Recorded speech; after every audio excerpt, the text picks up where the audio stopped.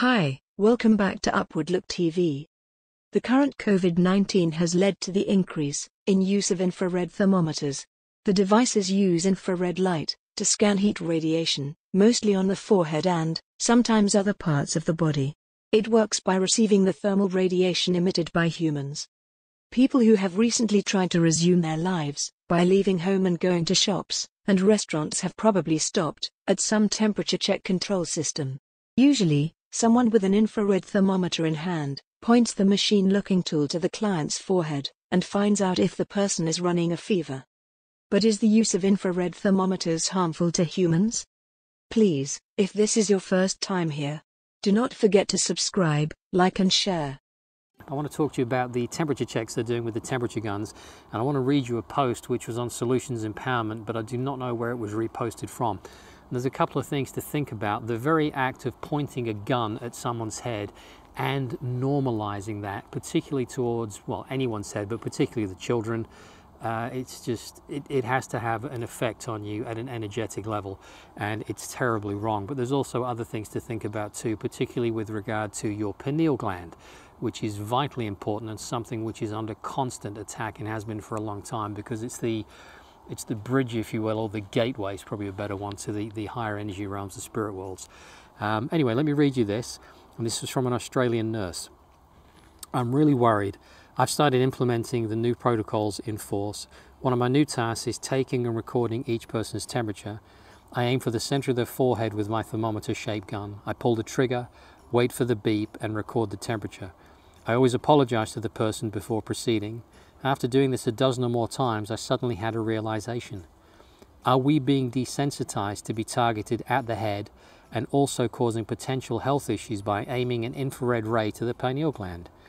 So I started taking the temperature on the wrist, which turned out to be more accurate given that the forehead is cooler than the wrist and the results differ by more than 1 degree in some cases. I went to a shopping mall and people were lining up to get their temperatures taken by an employee who was obviously not a medic and was not properly educated on how to correctly perform this procedure. Many were shocked when it was my turn and I took the gun that was being directed at my forehead and redirected it to my wrist. I spoke softly but firmly and told the employee that an infrared thermometer must never be pointed at someone's forehead, especially babies and young children. In addition, it requires basic knowledge of how to properly read someone's temperature, i.e. placing a thermometer on the wrist or elbow fold is much more accurate and much less harmful. It was very disturbing to me to observe children getting used to seeing an object the shape of a gun aiming at the forehead and without any negative reaction from the adults as if this was normal and acceptable. As a medical professional, I refused to directly target the pineal gland, which is located directly in the center of the forehead, with an infrared ray. However, most people agree to go through this several times a day. Our pineal glands must be protected as it is crucial for our health both now and in the future. The pineal gland is a small pinecone-shaped gland of the endocrine system, a structure of the encephalon of the brain. I hope I said that right. The pineal gland produces the hormone melatonin. Melatonin influences sexual development and sleep-wake cycles. And if you remember from another video I did, melatonin is one of the strongest, if not the strongest, antioxidant. It's absolutely critical for your body's health. The pineal gland is composed of cells called pinealocytes and cells of the nervous system called glial cells. The pineal gland connects the endocrine system with the nervous system, and it converts nerve signals from the sympathetic system of the peripheral nervous system into hormone signals.